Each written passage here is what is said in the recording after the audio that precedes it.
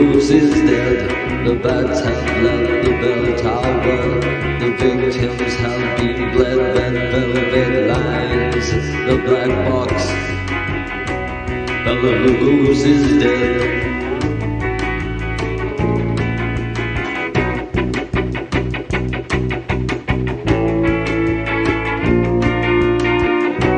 Bela Lugosi is dead.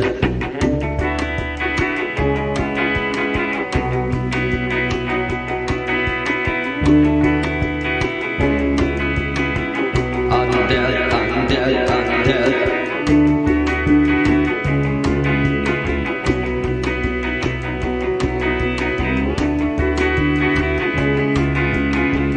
I'm dead, I'm dead, I'm dead. The virginal brides filed past his tomb. Still many times their flowers bereft in deathly bloom.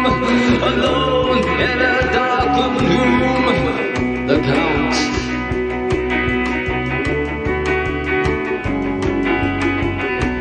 Bela Lugosi is dead. Bela Lugosi is dead. Bela Lugosi is dead. I'm dead, I'm dead, I'm dead. I'm dead, I'm dead, I'm dead.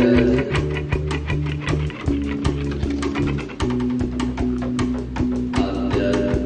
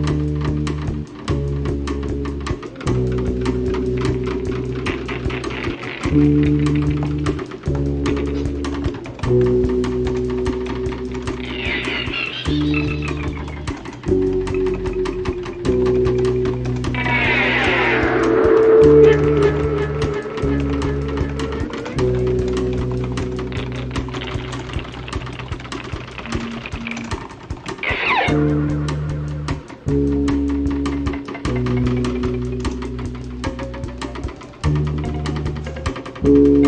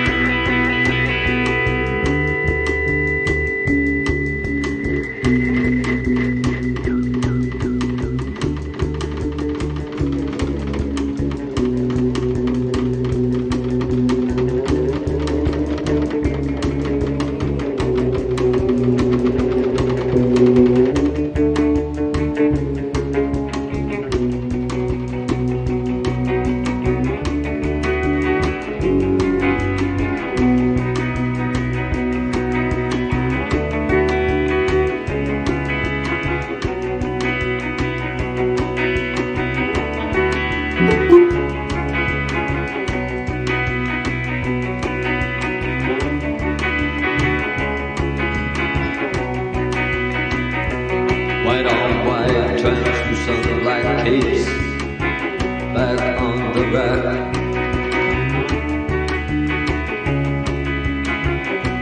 Bela Lugosi is dead, the bats have left the bell tower, the victims have been bled, red velvet lines, the black box. Bela Lugosi is dead.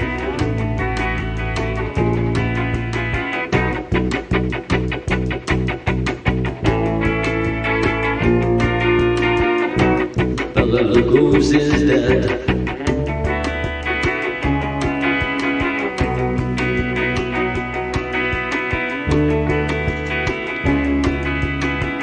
I'm dead, I'm dead, I'm dead.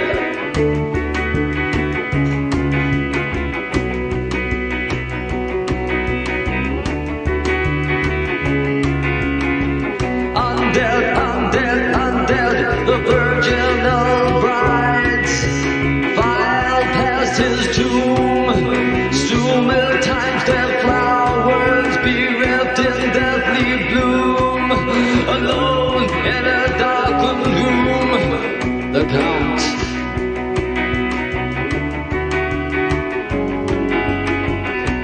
Bela Lugosi is dead. Bela Lugosi is dead. Bela Lugosi is dead. I'm dead, I'm dead, I'm dead. I'm dead, I'm dead, I'm dead.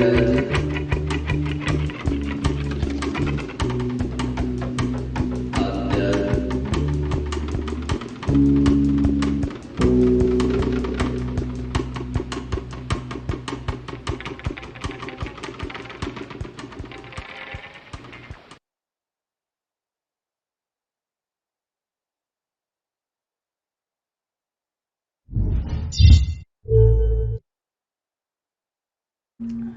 Oi pessoal, boa noite, tudo bom com vocês?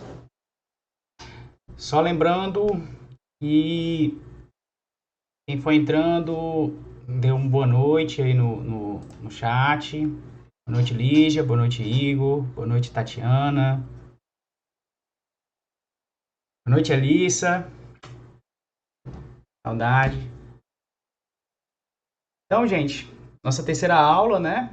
Hoje, vim preparado aqui com meu suquinho de uva. E hoje a gente vai né, finalmente deixar um pouco a historiografia de lado, né? Não completamente, né? Mas vamos entrar um pouquinho numa perspectiva mais literária mesmo, né? Mais de leitura de texto, de fato. E hoje a gente vai tratar de 3 clássicos, né? A aula hoje são 3 clássicos do gótico, né? Dessas 2 primeiras fases do gótico. E aqui, como vocês estão vendo na imagem, né? Frankenstein, o Drácula e o Médico e o Monstro, né? Que é uma imagem do Mr. Hyde, né? Então é um clássico ali ainda da primeira fase do gótico, né? Fase clássica do gótico, que é de 1764 a 1830, né? E no caso, o Frankenstein é de 1818. E mais 2 romances que são já do final do século XIX, ali do Fin de siècle, né? Da década de 1890, né? Então, vai ser uma leitura, uma discussão, né, sobre essas leituras.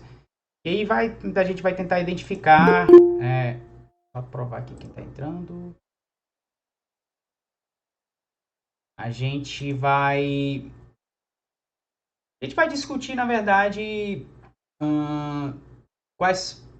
como essas obras se comunicavam com a época delas, né? E também o legado que essas obras deixaram para a tradição gótica, né?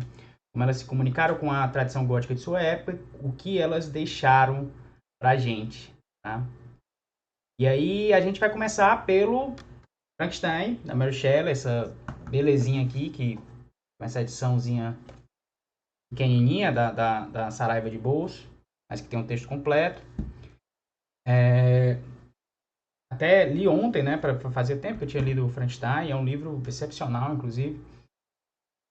E vamos começar por ele, depois vamos passar pelo Médico e o Monstro, e por fim a gente vai fechar no Drácula, e vamos aproveitar para tratar de temas gerais, né, que são abordados no gótico como um todo, como, né, a questão da monstruosidade, a questão do duplo, e, obviamente, o vampirismo, o erotismo, né, e outros temas mais aí que a gente vai ir descobrindo durante as leituras. E aí, gente, uma coisa logo de cara que eu quero falar com vocês é que leitura, né, não se, assim, estudos literários não envolve a descoberta de uma verdade, tá? Então, o ato de leitura é um ato de apropriação, um ato de invenção de significados. Então, tudo que eu estiver falando aqui, vocês não interpretem como uma busca pela verdade desses textos, sabe? Uma busca por dizer para vocês do que esses textos falam. São interpretações, né? A partir de uma, como eu falei, né? De uma chave gótica, inclusive, a partir de uma chave de tradição gótica e um pouco, né? Historiográfica também. Então, caso vocês tenham as suas próprias leituras, não só dos livros em si, mas também das representações no cinema. Vocês estavam vendo aqui um clipe do Bauhaus, né, do Bela Lugosi's Dead, e tinha imagens de um filme clássico da Universal, do Drácula, com o Bela Lugosi, né, que meio que cimentou a imagem do Drácula no imaginário popular, né, e tem um Drácula, inclusive, sem bigode, né, o Drácula do livro tem bigode. O Frankenstein, da Universal também, da fase de ouro da Universal, também apresenta o Frankenstein que é completamente diferente do Frankenstein dos livros, né? Até o Mr. Hyde também, né? Das primeiras versões cinematográficas, das mais recentes também, né? Ele não tem muito a ver com o Mr. Hyde da obra, assim, fisicamente. Então, mas aí não tem problema não, tá, gente? Se vocês lembrarem de aspectos que vocês que ficaram no imaginário de vocês a partir de obras cinematográficas, né? De outras obras literárias também, por favor, podem falar a qualquer momento, tá? Só clica lá na mãozinha e falem que é bom a gente ter essa discussão aqui, tá bom? Então, uma breve micro-revisão aí sobre a aula anterior, né? A gente tratou do auge do gótico, que foi ali a década de 1790, o finalzinho do século XVIII, com a Anne Radcliffe, né? Inclusive, a gente abordou bastante a questão da diferenciação entre terror e horror, a relação disso com a construção de sublime, né, dentro da literatura. Tratamos a primeira morte do gótico, que foi ali quando o gótico saiu de moda, né, o romantismo assumiu a moda da literatura, e aí o gótico ficou, né, naquelas histórias de fantasmas que circulavam nos panfletos, né, que ficaram conhecidos como Penny Dreadful, né. E aí abordamos toda a era vitoriana, algumas obras de gótico que foram lançadas ali em meados do século XIX, né? Como, por exemplo, o Morro dos Ventos Uivantes, e chegamos ao fin de siècle, que é um conceito, significa fim de século, mas normalmente se aplica especificamente ao fim do século XIX, né? E aí abordamos um pouquinho a questão das Gothic Invasions, né? Do orientalismo, da egiptomania, né, e como tudo isso influenciou na literatura gótica do período. Agora a gente vai entrar em detalhes sobre isso quando for tratar do Médico e o Monstro e do Drácula mais à frente, né? Então, né, vamos começar aqui com aqui uma ilustração do Dom Ivan Puchantes, né? Que é aquela que estava na capa. Então, gente, apesar, né, dessa aula tratar muito, como vocês viram, 2 livros sobre o gótico do fim do século, né, a gente vai precisar voltar para abordar ali esse romance que foi publicado em 1818, né? O Frankenstein ou Prometeu Moderno. Então, eu falei rapidamente lá sobre a obra, né? Vou passar aqui, eu acho que está melhor no próximo slide. Pronto. Né? Então, quando a gente falou antes sobre... Pronto. A gente falou antes lá ainda sobre o gótico da virada do século XVIII, a gente falou rapidamente sobre Mary Shelley, eu disse que a gente ia abordar na próxima aula, né? Mas enfim, entrando mais em detalhes, né? A ideia para o livro surgiu lá em 1816, quando a Mary Shelley, então com 19 anos, a gente falou disso na outra aula, né? Mas enfim, ela em companhia lá da meia-irmã dela e do Percy Shelley, poeta lá, um poeta conhecidíssimo do romantismo, o autor do Ozymandias, foi passar o verão lá na casa do Lord Byron, em Genebra, né? Lord Byron, que era além de riquíssimo, um poeta super respeitado. E lá, junto com o Lord Byron, estava o John Polidori, que era um médico e um amigo ali espécie de amigo do Lord Byron, né? E aí, nesse ano, não teve verão, né? Porque em 1815, no ano anterior, um vulcão lá na Malásia entrou em erupção, então soltou as cinzas aí na atmosfera e em 1816 foi conhecido como Ano Sem Verão na Europa. E aí, como ficou todo mundo em casa, né? O Lord Byron teve a ideia deles contarem histórias de fantasmas uns para os outros, né? Era uma coisa que estava muito na moda, vamos lembrar aqui. E a Mary Shelley amava histórias de fantasmas, né? E aí foi desse encontro que surgiu a ideia e os primeiros rascunhos do Frankenstein, da Mary Shelley, e também de outra obra muito importante que a gente vai tratar aqui em maiores detalhes, que é o Vampiro, do John Polidori, né? E no caso, o Frankenstein ele surgiu, teoricamente, a partir de uma conversa lá que o Percy Shelley estava tendo com o Lord Byron sobre galvanismo, né? O galvanismo era o estudo das correntes elétricas e como as correntes elétricas se relacionavam com o corpo e com a vida, né? O que levava muita gente a crer na época e divulgar, inclusive, que em breve seria possível animar cadáveres.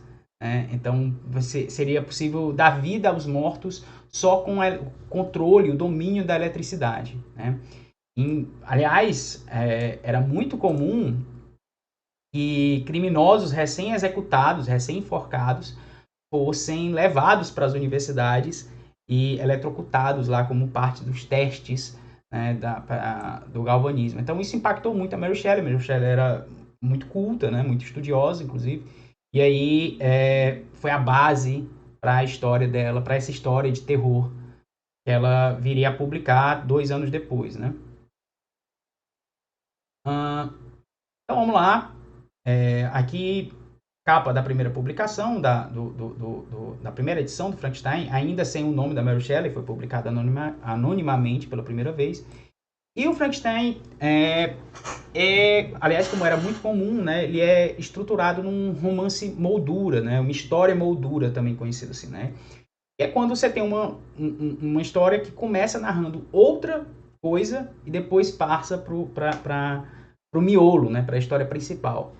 Então, a primeira história que a gente tem contato no Frankenstein é sobre o Capitão Walton, que está escrevendo cartas para a irmã dele, enquanto ele está liderando uma expedição em busca da passagem para o Polo Norte, né? A passagem noroeste para o Polo Norte, que era uma coisa... era uma constante na Marinha Britânica ali durante todo o século XIX, encontrar essa passagem, porque era uma passagem mais curta para a Ásia, né? Então, os navios ali em determinado momento ficam presos no gelo e a tripulação avista uma criatura, um ser humano gigantesco, né? Viajando num trenó que é levado por cachorros. E aí depois, quando o navio, o gelo libera o navio, eles encontram o Dr. Victor Frankenstein já ali moribundo, né? E resgatam ele, levam ele para dentro do navio e aí o doutor vai contar a história dele para o capitão, desde a infância dele em Genebra, por sinal, até os estudos dele na Alemanha, quando ele consegue encontrar o segredo da vida, né? Que ele também não revela diretamente para o capitão. E conta dos 2 anos que ele dedicou para criar um ser humano, mas no final, quando recolhe essas partes de cadáveres e dá vida a essa criatura, ele se assusta, né? E abandona essa criatura que ele criou. Ele foge do laboratório, com febre, né? Alucinando. E a criatura foge também, levando o diário do Frankenstein. Depois disso, o Victor, né? O Victor Frankenstein, ele descobre que o irmão dele foi assassinado por uma empregada. É uma empregada que era muito querida na casa dele, na casa da família. Ele retorna lá. A empregada é condenada à morte. E o Victor, ele tem uma certeza que, na verdade, quem matou foi a criatura, né?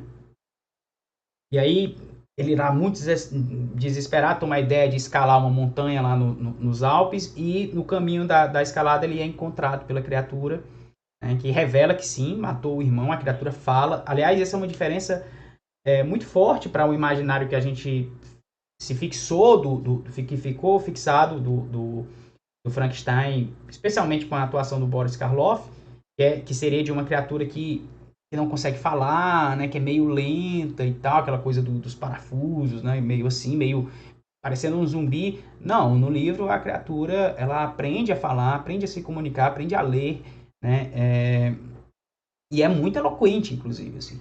Então, é uma marca no livro que é muito aliás, também a criatura não é verde, tá, gente? A criatura tem a pele amarelada. Então, tem várias diferenças em relação ao que ficou para a cultura pop aí. Então, o monstro, ele revela que matou o irmão do Victor, incriminou a empregada e exige que o Frankenstein construa para ele uma companheira, ou então não vai dar sossego ao Frankenstein. E aí o cientista até começa a construir, né, mas ele se dá conta que corre o risco de criar aí uma geração de monstros que pode até ameaçar a humanidade, e aí destrói a criatura que ele estava construindo, a futura companheira do Frankenstein, ainda, né, quando ainda estava incompleta. A criatura vê ele destruindo e jura que vai se vingar, né?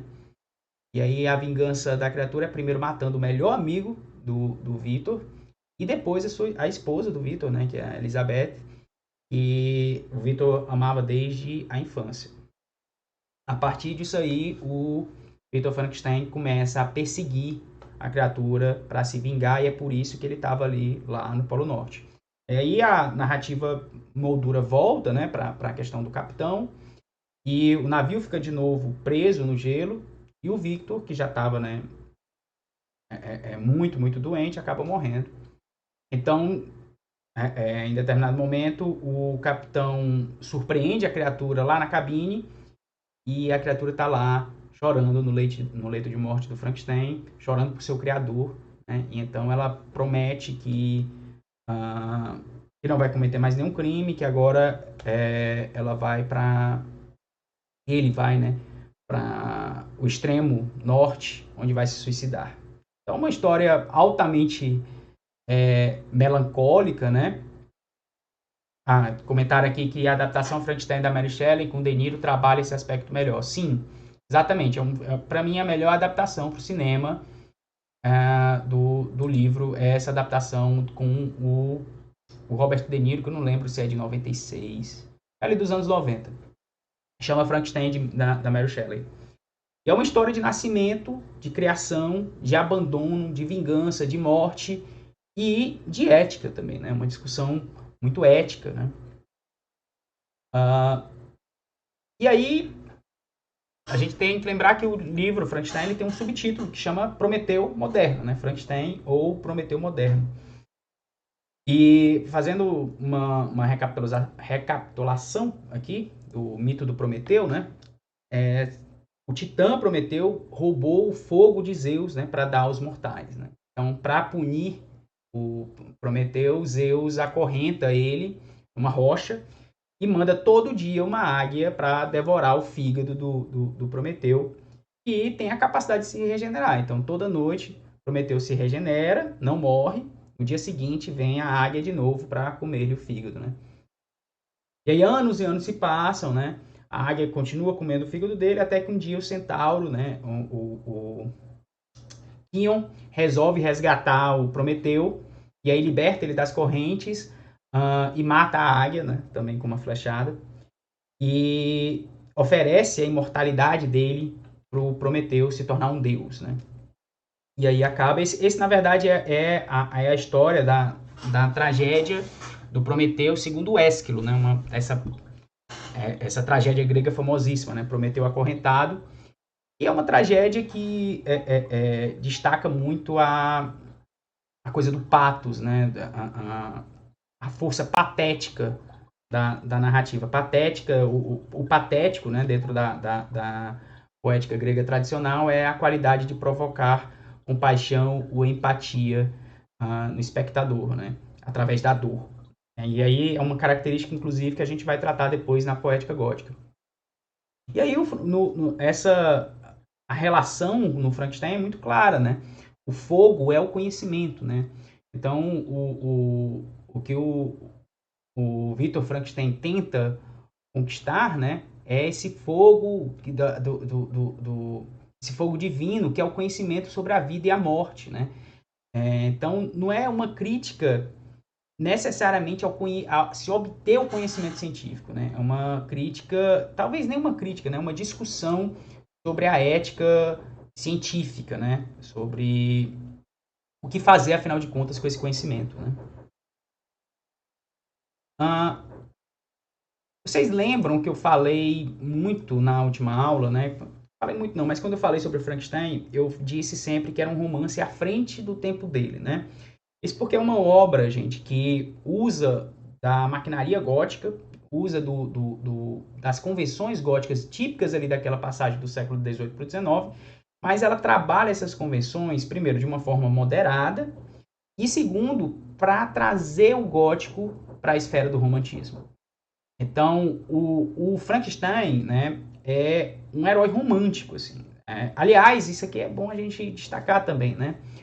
O vilão do Frankenstein é também herói, né? E também vítima.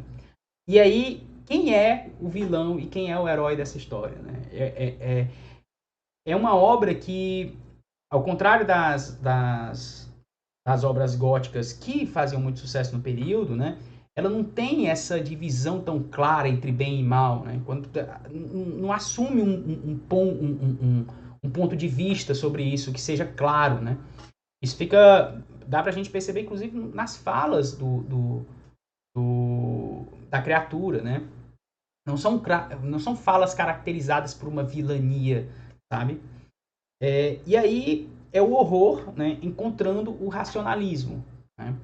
A influência diabólica que a gente via, por exemplo, lá no Monge, do Matthew Lewis, é substituída aqui pelos poderes humanos, né? E especialmente poderes científicos, poderes frutos do conhecimento. Ou seja, é um livro que trata da época dele, de questões da época dele, conhecimentos científicos que estavam surgindo, inclusive pseudociência, como o galvanismo era, né?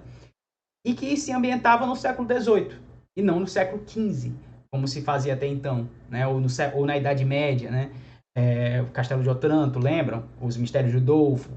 Não, aqui está ali, de fato, na contemporaneidade dele, né? Já antecipando a coisa do gótico de vizinhança que viria a se estabelecer em meados do século XVIII, XIX, né? Ali já a partir da metade do século XIX.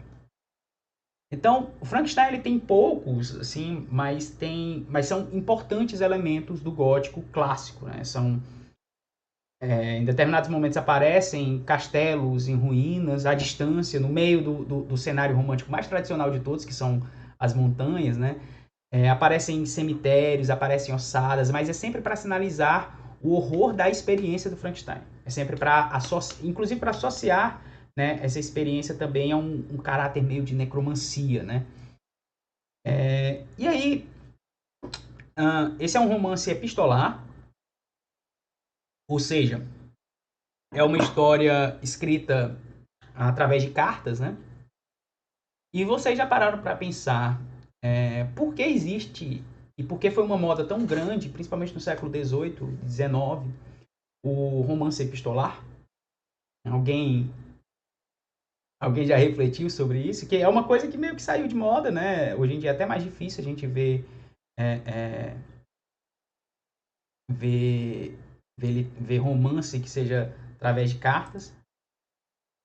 O romance, romance epistolar, né? Romance por cartas, né? Ou não só por cartas, né? Diários também, romance epistolar, às vezes notícias de jornal e tal. Ele tinha um prestígio enorme no século XVIII, né? Por exemplo, Os Sofrimentos do Jovem Werther, do Goethe, é epistolar. O Ligações Perigosas, que é um clássico até hoje, do Laclau, é romance epistolar também. E aí, gente, a questão é que nesse tipo de história, o narrador ele se oculta, né, e deixa que as personagens se revelem. Né? Bem na linha de uma concepção Foucaultiana que é de cada um se manifestar sobre si, né? Mas não é só isso, assim. A gente tem o contexto ali de uma sociedade moralista, né? E a leitura nessa sociedade, ela ainda estava muito ligada, idealmente falando, né? Menos a uma questão de entretenimento e muito ligada a uma questão de formação, né? A formação do homem, né? Então, é por isso que há uma preocupação, por exemplo, nos romances da Anne Radcliffe, por isso que faziam sucesso entre a crítica, né? Da virtude triunfar no final, né? Havia uma certa obrigação de construir uma moralidade na narrativa. Com a epístola, com essa ferramenta da carta, o narrador ele se distancia e se oculta atrás do processo, né? E aí fica a cargo do leitor que está... o leitor está lendo essas cartas que são de personagens, não é um narrador que está aparecendo ali, né? E aí esse leitor que está ali nas margens do texto, que é um suposto destinatário das cartas, né? Que aliás é uma figura bem típica do leitor do século XVIII, e vai julgar se há moral ou não no texto. Entenderam? Então é por isso que foi uma ferramenta tão utilizada. Era uma forma de escapar de uma certa pressão para o narrador ser moral. Entendeu? E aí essas características fazem com que o texto do Frankenstein ele não se feche, né, de uma maneira convencionalmente moral. Né? Ele produz um distanciamento que deixa na gente uma sensação de incerteza, de irresolução, né?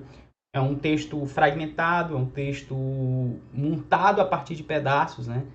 É como se a própria forma do romance fosse uma representação do monstro, né? E esse monstro é um monstro político, né? E também pode ser interpretado como uma alusão aos ecos da Revolução Francesa, né? Ele representa um medo metafórico da turba, do povo, né? Que pode se virar contra o mundo civilizado, que é representado pelo Victor Frankenstein, né? Então vamos lembrar que eram tempos ali de violência, né? De convulsão política, e como a gente já falou antes, a Inglaterra, os ingleses tinham muito medo, né, de que aquela convulsão que existia na França atravessasse o Canal da Mancha, né? Então é um monstro que critica também as instituições sociais e políticas, né? E representa esse radicalismo, assim. Não é que a Mary Shelley ela estivesse fazendo uma obra que fosse representar os medos da Revolução Francesa, mas ele capta esse momento, né? Ele capta esse momento em que se questionava, por exemplo, uma instituição, a possibilidade de uma instituição legal errar, como no caso da empregada que é morta mesmo sendo inocente, né? E aí, Frankenstein como uma interpretação humanista, né? A cena mais marcante do Frankenstein, acho que vocês, inclusive do cinema, né? É talvez o momento da criação da criatura, né? A criação da criatura é ótimo. E ali meio que representa os efeitos da aspiração humana por poderes além dos nossos limites, né? Algo que, aliás, vai ser... O Áureo comentou aqui, it's alive, né? Cena clássica. Que, aliás, não existe no livro, não é desse jeito. Mas, enfim. Tem essa frase do filme, sim, Áureo. Tem essa frase no filme clássico. E aí a personagem monstruosa, né? Aqui, é um elemento de desordem, né? O monstro representa o medo de algo, né, natural ou artificial, né, que não apenas ultrapassa o limite do mundo civilizado, ele rompe a ordem do mundo civilizado, né? E é também uma forma destrutiva desse mundo. E aí, por que é que inclusive, por que que o Frankenstein é lido como o precursor da ficção científica, né? Muito corretamente, inclusive. Porque ele, pela primeira vez, ele traz a ciência para o centro da discussão, né? E aí uma ciência nova, né? No caso, criar uma vida, né? Cujas bases existiam na realidade, né? Como eu falei antes, o galvanismo ele estava em voga ali e tal. E ele traz também uma discussão sobre essa produção científica. Traz uma discussão ética sobre essa produção científica, né? Se a gente parar para pensar, né? O monstro aqui, pela primeira vez, ele não vem do além. Né? Ele brota da própria ação humana. Ele é fruto da mente humana.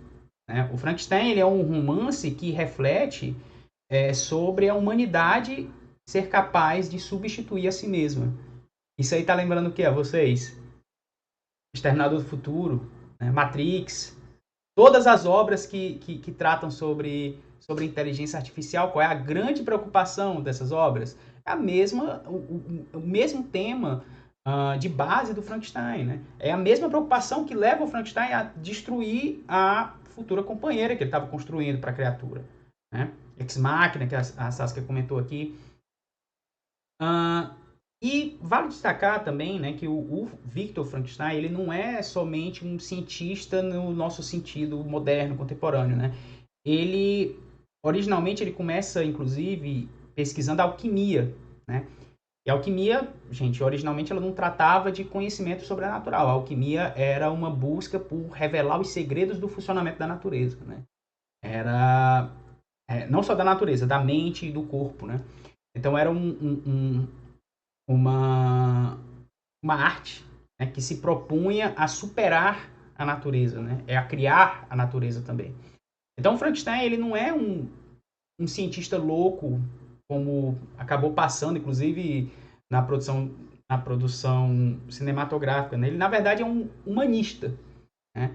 Ele está ligado tanto à questão científica quanto a uma imaginação poética, né? A poiesis. Poiesis é criação.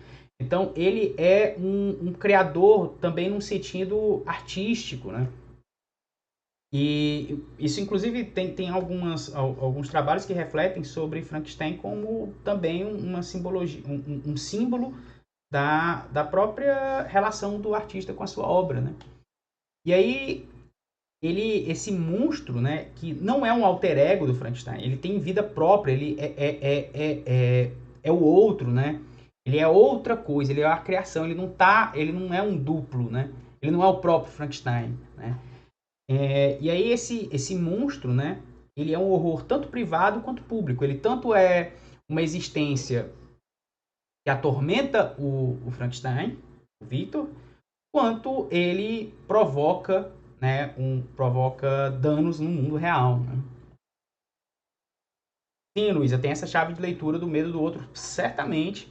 Tem outras obras aqui que a gente vai abordar mais essa questão do outro, mas toda construção de personagem monstruosa, de certo modo, é uma abordagem do outro, né?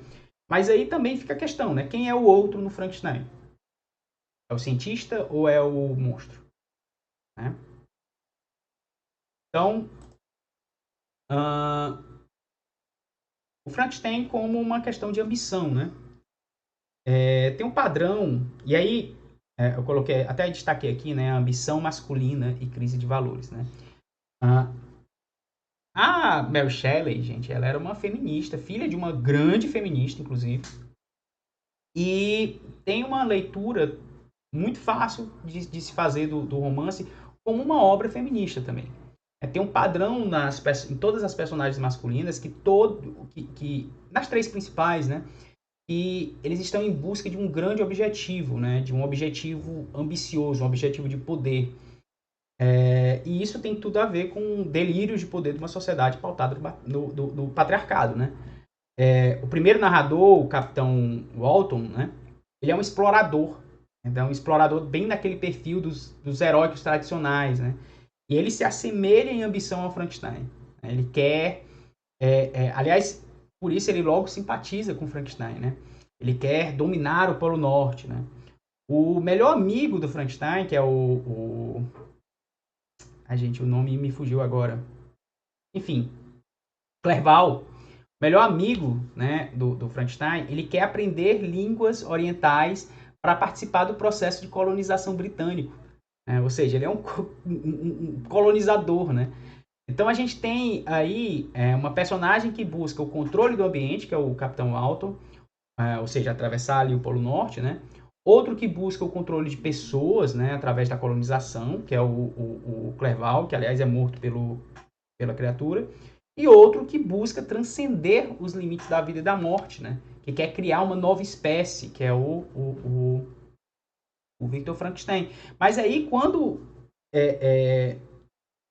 um deles é confrontado com as consequências da sua criação, ele sente repulsa, né? Ele sente medo. A visão idealista do único dos três que consegue, né, de fato, alcançar o seu objetivo, a visão idealista dele se desintegra, né? E aí o próprio Frankenstein vai ceder às paixões, vai ceder à sua violência, né? E aí ele mesmo que se torna um vilão gótico tradicional, perseguindo a criatura, né? Perseguindo uma vingança, ao invés de ser honrado como os heróis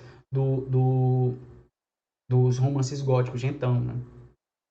Então, é uma crítica ao humanismo, né, também, que é tornado monstruoso como resultado dessa obsessão masculina pelo poder, né? Então, muito interessante que o Frankenstein ele não termina nem com a afirmação desses valores, nem com uma repreensão moral, né? A monstruosidade deixa o texto aberto, né? Então, o texto ele fica quebrado entre as posições do Frankenstein e da criatura, né?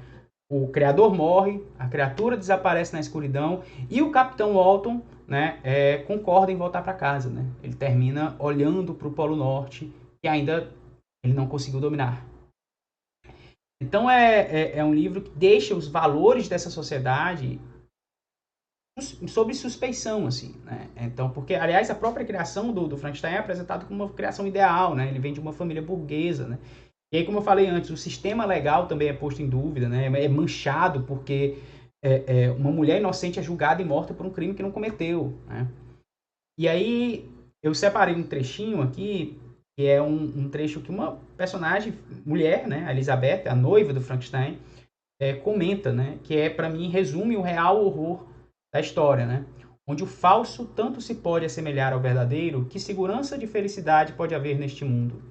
Sinto-me como se estivesse caminhando à beira de um precipício, perseguida por uma multidão que tenta atirar-me ao abismo. Ou seja, né? É incerteza, né? É incerteza de não ter... Nada é seguro, né? As coisas não são exatamente verdadeiras e fáceis, né? É nesse estilo que termina o romance, o Frankenstein, né, dividido por essa transgressão monstruosa, né, que se multiplica em diversos personagens, todos eles homens, inclusive, em sua sede pelo poder, em sua sede pelo conhecimento, né? E aí a gente termina com um romance inconcluso, né? A gente teve só um vislumbre desses poderes quando manifestados além do controle, né? Ok, gente. Alguém tem alguma observação, alguma dúvida? A Saskia falou aqui colonialismo, patriarcado, poder da ciência sobre a vida. Exatamente, exatamente. São todos temas que são abordados no Frankenstein.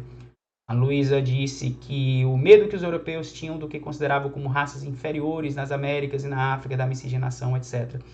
Ele aparece, mas ele vai aparecer especialmente nessas duas obras que a gente vai tratar agora, né, que é O Médico e o Monstro e o Drácula, né? que tem tudo a ver com Fan the Secle, que a gente vai... Coloquei aqui, né? Fan the Secle de novo. Né? Que é... Aí, gente, tem... Esses dois próximos clássicos, né? Eles levam a gente de volta para a aula passada mesmo, né? Que é o final do século XIX. E são textos que vão abordar... A Saskia já estava falando aqui do vampiro, né? Vão abordar duas figuras góticas por excelência, que é o vampiro e o duplo, né? Mas que retornam aqui em novas formas, né? Com uma intensidade diferente, que inclusive são fruto dessas preocupações que a Luísa colocou aqui no chat, né? Das ameaças que emergem de centros urbanos inchados, né? De estrangeiros que ameaçam também com a sua degeneração, né? Ameaças que são criminosas, assassinas, sexuais, né?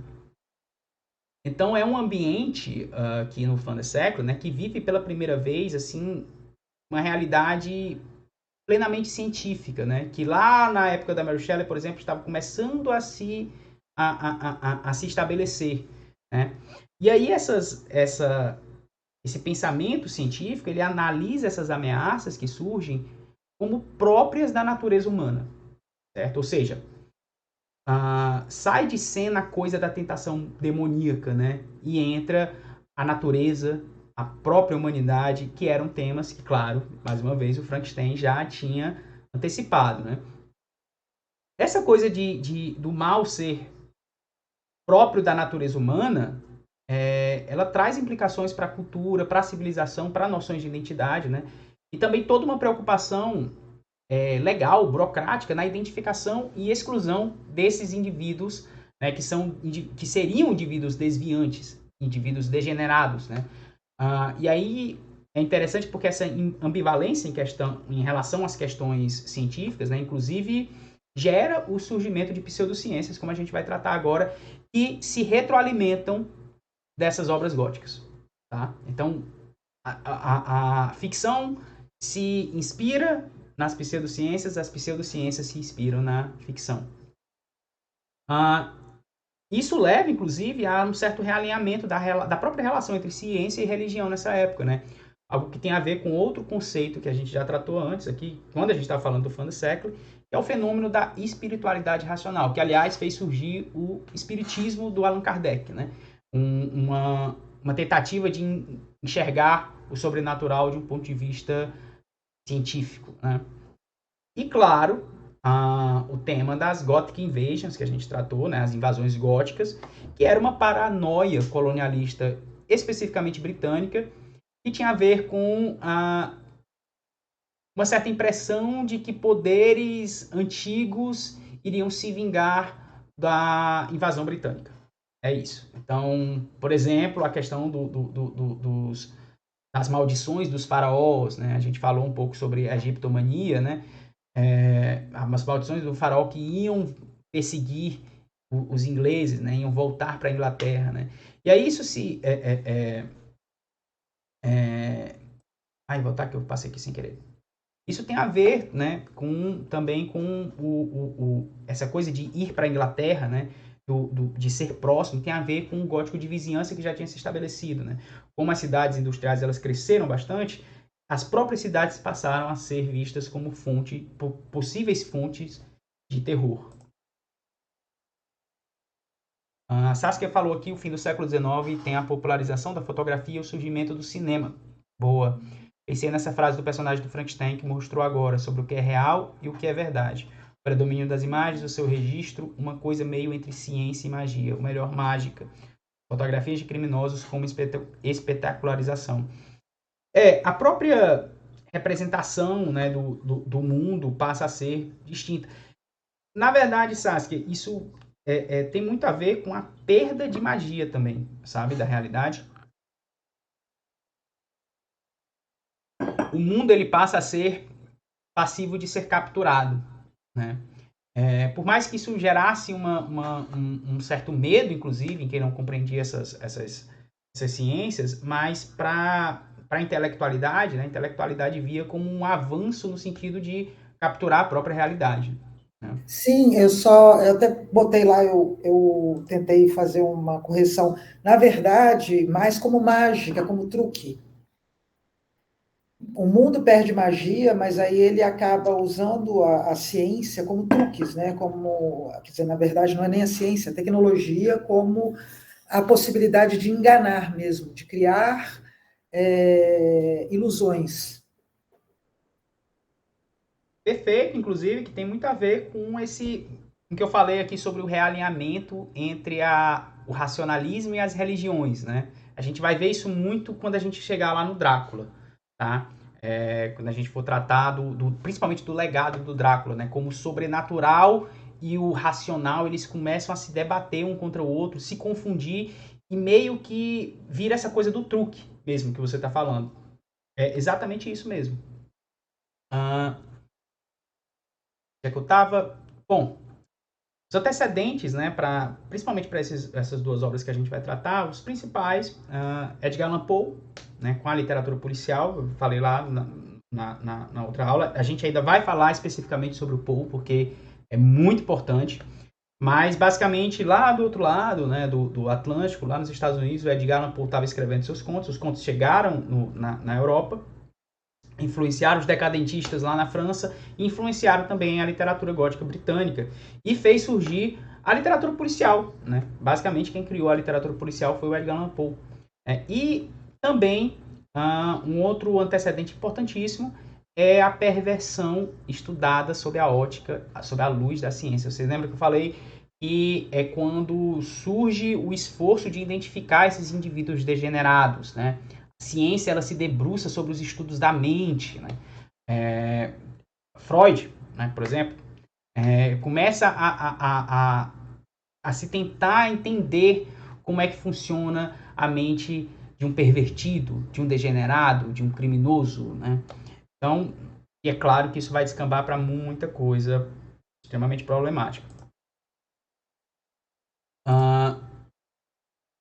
E aqui, né, um dos elementos principais e que infelizmente é pouco falado, né? Quando as pessoas falam sobre os antecedentes do principalmente do Drácula, né? Normalmente se fala muito do Jack Estripador e não se fala de uma questão que a Inglaterra estava vivendo em relação à pedofilia, né, na época, a prostituição infantil, a crianças desaparecidas, né?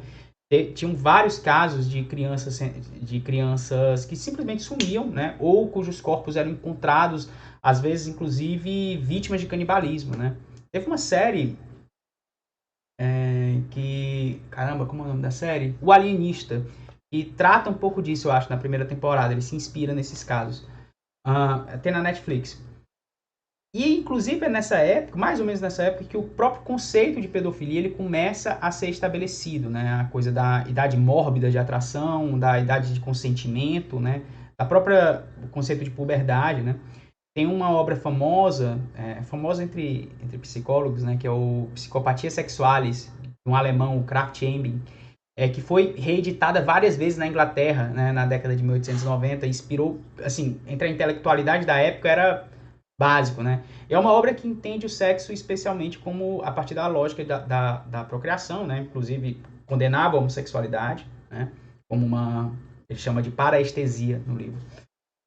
Mas também traz a coisa do desejo pelo algo errado, e aí coloca, pela primeira vez se trata, né, de violação de crianças, né? É a primeira obra que usa o termo, inclusive, abuso sexual em relação a crianças. E aí essas questões elas vão tanto, como eu falei antes, né, tanto influenciando a literatura quanto sendo influenciadas de volta, né? A gente não é importante aqui, gente, deixar uma coisa clara que hoje existe uma distinção muito forte entre ficção e literatura acadêmica, né? E produção acadêmica. Mas não era assim, tá? A literatura, ela influenciava demais a produção acadêmica e vice-versa, né? Aliás, hoje em dia, por exemplo, a gente lê muito Freud quando vai estudar letras, porque Freud escrevia demais sobre literatura, né? Era muito comum essa relação, né? Um influenciando o outro. Tem um livro muito bom que chama... Caramba! English Literary Sexuality, eu acho. Não, English Literary Sexology. É da Heike Bauer. E ela vai... É recente esse livro. Eu vou depois ver se eu coloco lá na nossa bibliografia. E ela vai detalhar, né, as contribuições da sexologia alemã do século XIX e como isso foi tudo transmitido, traduzido para o inglês e linkado com a produção literária, né? Então, quando as contribuições alemãs elas chegam na Inglaterra, elas são misturadas com a ficção gótica, né? E justamente uma das coisas que ela comenta é essa contribuição tanto literária quanto política para os estudos de sexualidade no século XIX. E assim, o gótico do Van der Sekle, ele é muito marcado por essa questão em relação a crianças, sabe? Isso, como eu falei antes, não é muito ressaltado, mas tem histórias como O Selo Negro, do Arthur Marken, né? O Uncle Jeremy, do Arthur Conan Doyle, O Sangue do Vampiro, da Florence Marryat, o A Volta do Parafuso, do Henry James, que tem uma sugestão ali se não necessariamente um abuso sexual, mas um abuso físico das crianças, né? São todas histórias que, em alguma medida, apresentam sofrimento infantil, né? E aqui eu coloquei uma imagem, né, do Illustrated Police News, né, de 1890, né, apresentando o caso de uma garotinha ultrajada, eles usavam esse termo, né, ultrajada, é um eufemismo, para falar do The Maiden Tribute, que foi em 1885, um jornalista, o William Stead, ele publica uma série de artigos no jornal, detalhando um esquema de prostituição infantil e de venda de crianças, né? Foram artigos, inclusive, muito polêmicos, e ficaram conhecidos aí por esse nome, que é o The Maiden Tribute of Modern Babylon, né? Seria algo como a oferenda da donzela na Babilônia moderna, né? Que foi um grande sucesso, assim, causou um reboliço na época, assim, e resultou no Stead Act, né, como ficou conhecido, uma lei que visava aumentar a idade, que aumentou, de fato, a idade de consentimento, que na época era de 13 anos, já tinha mudado, antes era 10 anos, né, mudou em 1860 para 13, e aí, a partir do Stead Act, mudou para 16, né. E esse The Maiden Tribute, né, a oferta da donzela, o tributo da donzela, é um título que faz menção ao mito de Teseu, né, aquela história do Minotauro, né, que ficava lá no labirinto e que era alimentado por virgens, né. Isso fez surgir, inclusive, uma figura, né, a figura entre os jornais, inclusive, do Minotauro de Londres, né, como eles definiam. O Minotauro de Londres seria esse homem que se aproveitava de crianças, né? E aí, claro, esse homem era idealmente um estrangeiro. Esse homem era idealmente um depravado das classes mais baixas. Esse homem não era um cidadão britânico, um cavalheiro, não era um cara da nobreza, não era da alta burguesia, não. O Minotauro de Londres, o que a Scotland Yard deveria pegar, né, era esse, como a Luísa falou antes, era essa corrupção que vinha de fora, né? Ou pelo menos uma corrupção que vinha das classes mais baixas, né? E aí a gente chega num livro que, aliás, já trata de uma cena de violência contra a criança na abertura, já a gente fala dela, que é o Strange Case of Dr. Jekyll and Mr. Hyde, né, que ficou traduzido como o Médico e o Monstro, do Robert Louis Stevenson, que trata, né, que é um livro gótico, um livro que também é científico, assim como Frankenstein, e também é policial. Então ele lida com essas três tradições ao mesmo tempo. Lembra que eu falei, gente, que não é porque o livro é gótico que ele é só gótico, não. Ele dá para se trabalhar várias poéticas ao mesmo tempo. E aí, logo na cena de abertura, né, a gente tem o Mr. Hyde, um homem monstruoso ali, não monstruoso como o Frankenstein, né? Ele é mais curvado, ele é meio assim, né? Ele tá numa rua de Londres sozinho durante a madrugada e topa com uma meninazinha desacompanhada, né? De uns 8 ou 10 anos. E ele derruba a menina e pisoteia a menina e deixa a menina lá chorando, né? Inclusive é uma visão descrita pelo outro personagem que vê isso como uma visão diabólica, né? Então, isso é provavelmente o fato dessa criança estar sozinha e tal, isso é uma representação dentro do livro da figura do Minotauro de Londres, como eu falei, que era uma figura bastante citada nos jornais da época, né? E que vai influenciar também o Drácula, assim como óbvio, o Jack Stripador também influencia, né? Bom, ver aqui se vocês têm alguma observação. Médico e não obstante um monstro. Certo.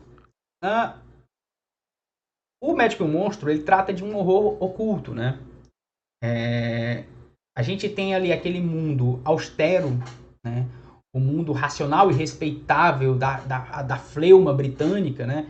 Que vai sendo aos poucos tomados por desejos ocultos, né? Por uma atmosfera sombria de mistério, de violência, de vício, de depravação, né?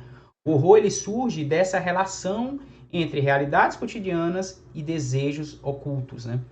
O surgimento do Hyde como uma figura do mal, ele é mais ou menos, assim, dá pra gente explicar em termos góticos como um retorno do passado fantasmagórico, né? Dentro da lógica da poética gótica, né? Inclusive, falam, né, o advogado do Dr. Jekyll, ele cita, né? Nossa, só pode ser um fantasma de algum pecado antigo dele, né? Porque, a princípio, ele não sabe que se tratam da mesma pessoa, né? Gente, eu não preciso dar o resumo aqui do livro, né? Eu acho que todo mundo meio que já sabe que o Dr. Jekyll e o Mr. Hyde são a mesma pessoa. Ele toma lá um negócio e ele se transforma nessa outra pessoa, né, gente? Spoiler, né? Eu não vou ficar dando o resumo de todo o livro, porque senão vai longe, né? Então... pois é. Então, onde é que eu tava? Ele não sabe, né? E aí ele acha que o Dr. Jekyll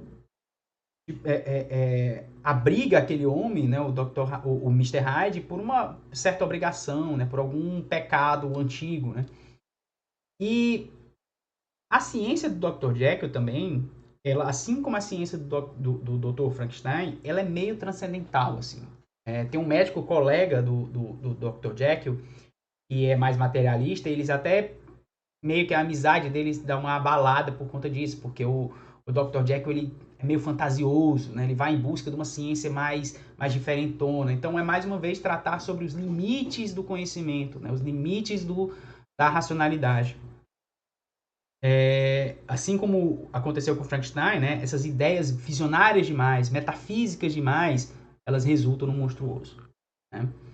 E aí o ambiente gótico também, coloquei aqui o laboratório e a cidade como ambiente gótico, né? É interessante porque aqui a gente nota, de fato, uma construção gótica dentro da cidade, né? O laboratório do Jack é um laboratório sem janelas, é uma coisa decadente, né?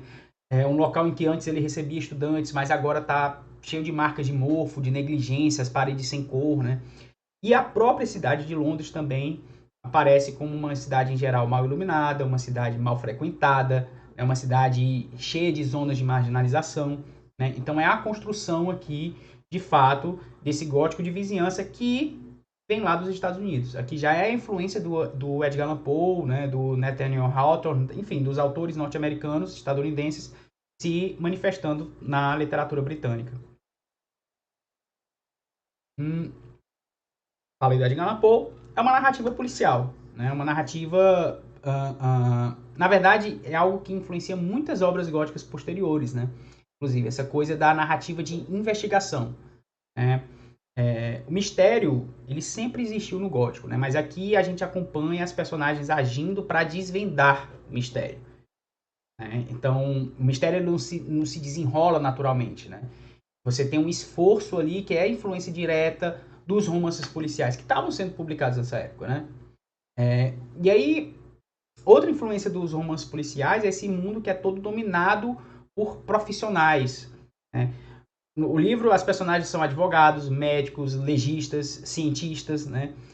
E os diários, né, também é uma narrativa que tem um certo tom epistolar, né? Os diários, eles convivem com documentos legais, né? Como, por exemplo, um testamento. Né? Se acha um diário de alguém, se acha uma carta de alguém, o testamento é um MacGuffin importante na história, né? E aqui o bem como civilização, o mal como primitivismo, né? Como eu falei, reflete esse esforço de separar a sociedade britânica, a sociedade do bem, desse mal que representa um certo... Como se fosse um retorno ao que há de mais primitivo na humanidade, né? Os experimentos do Jekyll, eles têm essa coisa meio diabólica, meio faustiana, mas eles são experimentos realizados com produtos químicos, né? E aí você vê que o bem e o mal, eles são relacionados, né, numa linha que separa cultura e civilização da barbárie do primitivismo e do primitivismo, e essa separação é feita através da ciência, né? E aí a questão da aparência, que agora a gente pode entrar mais naquele tópico que a Luísa falou no chat, né? Eu destaquei um trechinho aqui do livro, algo que é quando o personagem está falando sobre o Mr. Hyde, né? Algo mais, se soubesse o que era, Deus me perdoe, mas esse homem nem parece humano. Diria que se parece antes com um troglodita, né? Bom, a aparência do Mr. Hyde, ela é importante para a gente refletir um pouco, né, de onde vem essa preocupação em representar esse personagem, muitas vezes sendo comparado com um macaco, inclusive, né, ou com uma coisa meio contorcida, né? Ele fala do formato do rosto, do formato da cabeça do Mr. Hyde, que é diferente, que é esquisito, né? Ninguém diz exatamente o que é, mas há algo ali, né? E aqui a gente vai tratar de uma pseudociência que foi a frenologia, né? Que surgiu ali em 1800, criado aqui originalmente por esse animal aqui que você... Desculpa, gente. Animal, não. Por esse bosta que vocês estão vendo aqui, o Franz Josef Gall, né? Que era uma pseudociência, uma doutrina, melhor dizendo, que se propunha a ler o caráter das pessoas, características da personalidade a partir do formato da cabeça, né? A partir do que ele chamava de protuberâncias, né? Isso foi a base para o racismo científico, né? Do racismo científico, eu até coloquei aqui SIC, né? Porque não existe isso, né? Não existe racismo em ciência. Mas, enfim, a base para a eugenia, né? E aí vocês sabem no que deu, né? E foi muito usado pelos criminologistas do século XIX. Criminologista, gente, adora uma pseudociência. Não sei se vocês já notaram. Vocês sabem aquele negócio das microexpressões faciais? Aquilo é uma pseudociência desgraçada. Tipo, a pessoa faz um movimentozinho, tá mentindo. Aquilo é uma pseudociência, mas que está sendo utilizada na polícia brasileira. Então, não é de hoje que criminologista gosta de embarcar em pseudociência. Já com a frenologia já rolava isso, né? Então, os criminologistas lá do século XIX, eles procuravam fontes fisiológicas, né, que pudessem explicar racionalmente e tratar o crime. Por quê? Para diferenciar, né? Para que isso não fosse algo que estivesse dentro de cada pessoa, para que esse mal ele não fosse algo que fosse da natureza humana, tá entendendo? Ele não podia conviver com a civilização britânica, né? Então era um esforço para livrar a moral desses cidadãos que eram muito respeitáveis, né? Por exemplo, um criminologista, um outro burro, o Cesare Lombroso, italiano, ele via o criminoso como um retrocesso, né? Uma parte não integrante da sociedade, como se o crime ele estivesse apartado da sociedade, ele fosse um desvio da sociedade, e não algo intrínseco à sociedade, né? Então essas ideias elas são refletidas no Médico e o Monstro, né? Através, especialmente do aspecto físico do Hyde, né? Que lembrando, ele não é como o Hulk, né? Ou como aquele Mr. Hyde da Liga Extraordinária, não sei se vocês lembram, que é gigantesco. Não, ele é encurvado, ele é retorcido, ele se assemelha a um primata, assim, né? E isso tudo tem a ver com com a antropologia criminal da época, né? Ele é descrito, como eu falei, ninguém explica direito, mas ele é deformado. Ninguém sabe exatamente o que é essa deformação. Mas o fato é que ele não é como o Dr. Jekyll, que é um altivo cavaleiro britânico, né? Sim, Sasuke, o nazismo vai usar isso depois. Exatamente, a base para toda essa desgraça, né? Tudo começou lá na frenologia, mas é sempre um esforço, como a Luísa disse, de construir o outro, né? É sempre um esforço de colocar o outro como responsável pelo mal, né? Lógica, inclusive, bolsonarista, né? A culpa é sempre do outro. É bem a lógica bolsonarista, bem a lógica fascista, né?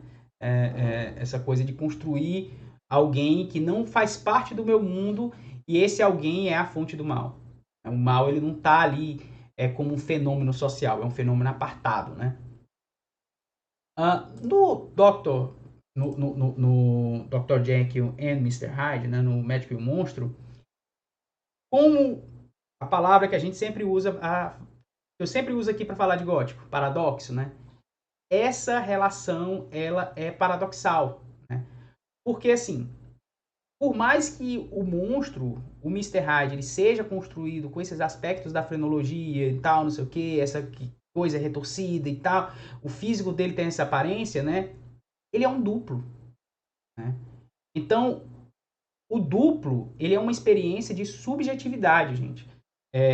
Especialmente na tradição romântica. Esse é um romance que pertence à tradição romântica, né? O doppelganger, que é o duplo, né? Que é uma palavra alemã para o duplo. Doppelganger significa originalmente aquele que caminha ao lado, ou seja, é uma experiência de subjetividade, né? O que você traz com você. O duplo, ele está dentro de si mesmo, né? É o outro que está sempre comigo, né? É o outro que está em mim. Essa é a essência do duplo dentro da literatura, especialmente na literatura romântica. E eu não vou entrar no caráter mítico do duplo. Tem um texto muito bom que eu coloquei lá como material da aula. Gente, leiam, porque faz um belo apanhado lá da questão do duplo, tratada desde os mitos gregos até o folclore europeu. Indico, né? Mas percebam que aqui a depravação, ela não surge de fora do Dr. Jekyll, ela é colocada para fora do Dr. Jekyll, né? Então a droga que ele toma, a ciência, o que ela faz é tirar, né, revelar isso que ele esconde, né, que é o Mr. Hyde, né? Inclusive se torna uma necessidade, se tornar Mr. Hyde para o Dr. Jekyll, viver essa depravação, cometer os assassinatos que ele comete, se torna um vício, né? Se torna a transgressão para o Dr. Jekyll, esse homem tão puro, como ele é apresentado em vários momentos. A perversão, ela se torna uma necessidade, né? E é interessante porque o Stevenson, ele já tinha escrito uma história de duplo, né, que aliás eram muito comuns no século XIX, que é o Tale of Todd. Enfim, não vou lembrar aqui, mas é uma história mais desconhecida dele, que também trata do duplo, mas não trata como aqui, né? Aqui, o duplo, ele é a libertação de um desejo obscuro. É a libertação do mal, né? É a libertação do que é escondido. Olha o nome do monstro, né? Mr. Hyde. Hyde, que em inglês é esconder, né? Então, é essa a relação que aparece aqui, é por isso que ela complica, né? Por um lado a gente tem essa leitura, um negócio meio preconceituoso, mas por outro, né, mostra que não, o mal está na natureza humana. Esse homem tão respeitado pela sociedade britânica, ele mesmo é capaz de cometer essas atrocidades. É ele que está cometendo. O outro, o duplo, é ele também, né? O outro sou eu, né? Uma frase famosa aí do Rambo, né? Eu sou o outro. Enfim, eu sou outro, né? A frase dele. A Nina nunca tinha pensado na relação entre Hyde e Hyde. Pois é uma brincadeira proposital, né? Gente, Alguém tem alguma observação, alguma questão? Não? Vamos em frente? Olha, vocês falem, viu? Porque eu falo demais. Então, Saskia já falou hoje. Vocês podem ir comentando aí. É sobra conhecida. Não tem como não ter um comentáriozinho, não. Obrigado, Auro. The Tale of Todd Lapraik. Obrigado. Foi publicado antes do Magic e o Monstro. E eu tenho quase certeza que não tem tradução para português. Então, um tema aqui que todo mundo gosta, vampiros, né? Antes de entrar na questão do vampiro, vou fazer aqui um parênteses, né? E vou trazer isso mais lá para frente. Mas qual a relação que a gente pode fazer, uma relação histórica até, né? Sim, Nina, boa, eu tinha esquecido de falar. William Wilson, conto do Edgar Allan Poe, extremamente influente na relação do duplo. Excelente. Quando a gente for tratar do Edgar Allan Poe, a gente vai entrar em detalhes sobre esse e sobre outros contos dele. Mas muito influente, certamente influenciou o Stevenson, tá? Perfeito. Obrigado por ter lembrado, viu? William Wilson, aliás, super indica, um conto excelente. Então, gente, uma relação óbvia que tem entre eles é sobre pedofilia. Vocês sabiam? Entre o Drácula e o Mr. Hyde. Na verdade, não necessariamente sobre pedofilia, mas sobre essa preocupação da Inglaterra da época com crimes contra crianças, assim. No Drácula, se vocês repararem, as vítimas são crianças. Né? As vítimas são sempre crianças. A Lucy, quando ela está transformada, olha o spoiler, ela ataca crianças no parque, né? Exato, ele tinha... E não é a primeira obra do Bram Stoker que ele trata dessa coisa de crianças, não, viu? De rituais de crianças e tal. Era uma preocupação que, como eu falei, gente, era uma preocupação comum na época, estava rolando nos jornais, era uma discussão pública a esse respeito. E aí, é claro, os jornais se influenciam com a literatura gótica se influencia nos jornais. Né? Então, vamos voltar aqui um pouquinho para falar sobre vampiros, né? E aí chegar no nosso Drácula. Os vampiros, eles estavam muito na moda no século XVIII. Né?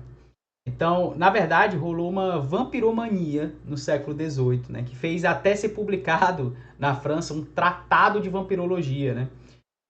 Várias matérias em revistas, várias matérias em jornais. Virou discussão filosófica. Né? Tem um texto muito engraçado do Rousseau reclamando de dar espaço para essa crendice absurda de vampiro. Na Áustria, no século XVIII, foi inclusive promulgada uma lei, para vocês terem ideia, que proibia que pessoas exumassem corpos para provar que eram vampiros ou não. Tamanha era a loucura em relação a vampiro na época, né? Mas até aí era o vampiro de tradição folclórica, né? O que era essa tradição folclórica da época, né? Como é que a sociedade via o vampiro nessa época, né? O vampiro nessa época normalmente era uma pessoa de uma comunidade, né? Geralmente camponeses, né?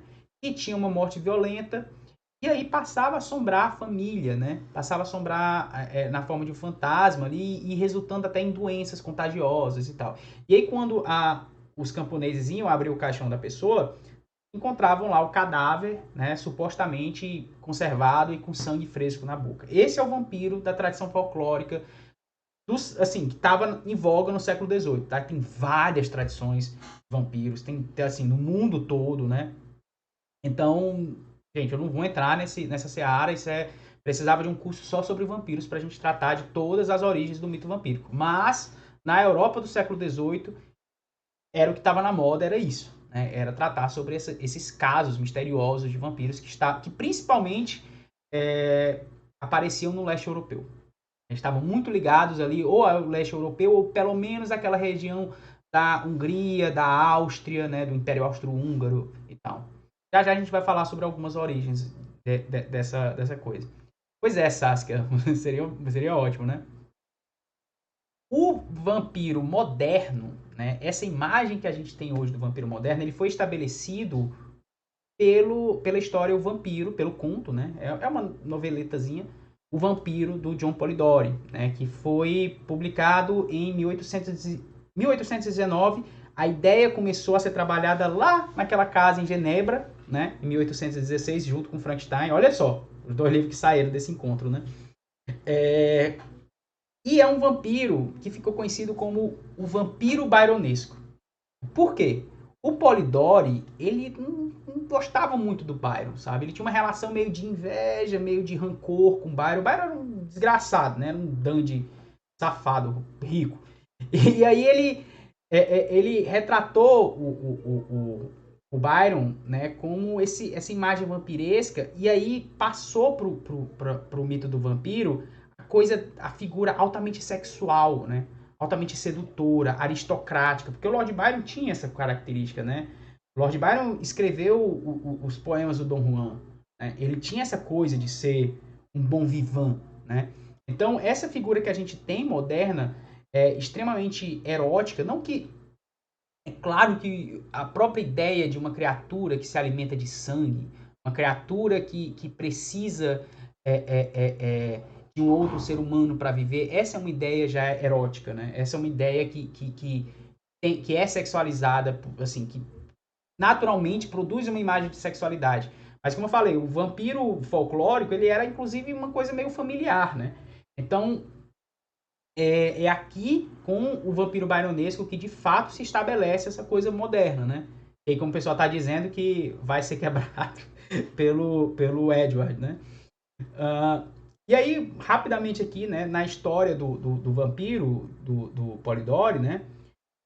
É basicamente assim, gente, é uma sátira da própria relação entre o Polidori e o Lord Byron, né? É um rapaz muito jovem que tenta entrar na sociedade inglesa e se fascina por um certo Lord Ruthven.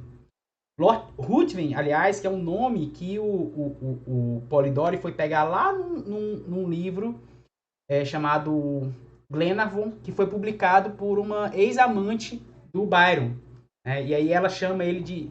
Nesse livro, ela chama o Byron de Ruthven. Né? E aí o Byron o Polidori nem para disfarçar, chamou o vampiro de Lord Ruthven. E aí, enfim, ele viaja pela Europa com esse Lord Ruthven. O Lord se revela um tremendo de um desgraçado, né? Um tremendo do cretino. Quando eles chegam na Grécia, o rapaz se apaixona por uma moça, mas essa moça é atacada uma noite por uma criatura misteriosa, morre, né? E aí depois quando o rapaz volta para...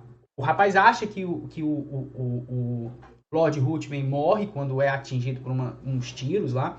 Quando ele volta para a Inglaterra, ele descobre que o Lord Ruthven está vivo, né? Não só está vivo, como ele é um conde, ele está se passando por um conde e vai casar com a sua irmã. Uma história muito doida, né? E aí não, é a coisa, né? Não só é uma criatura perigosa, rica, influente, que gosta de viver entre os humanos, né? Como também é uma criatura extremamente sedutora, como eu falei, né? E aí, há nessa figura do vampiro byronesco, ao mesmo tempo que tem essa pulsão de morte, né, o Thanatos, né, há o Eros, né, a relação erótica muito forte, que é o gozo pela vida, né. Então,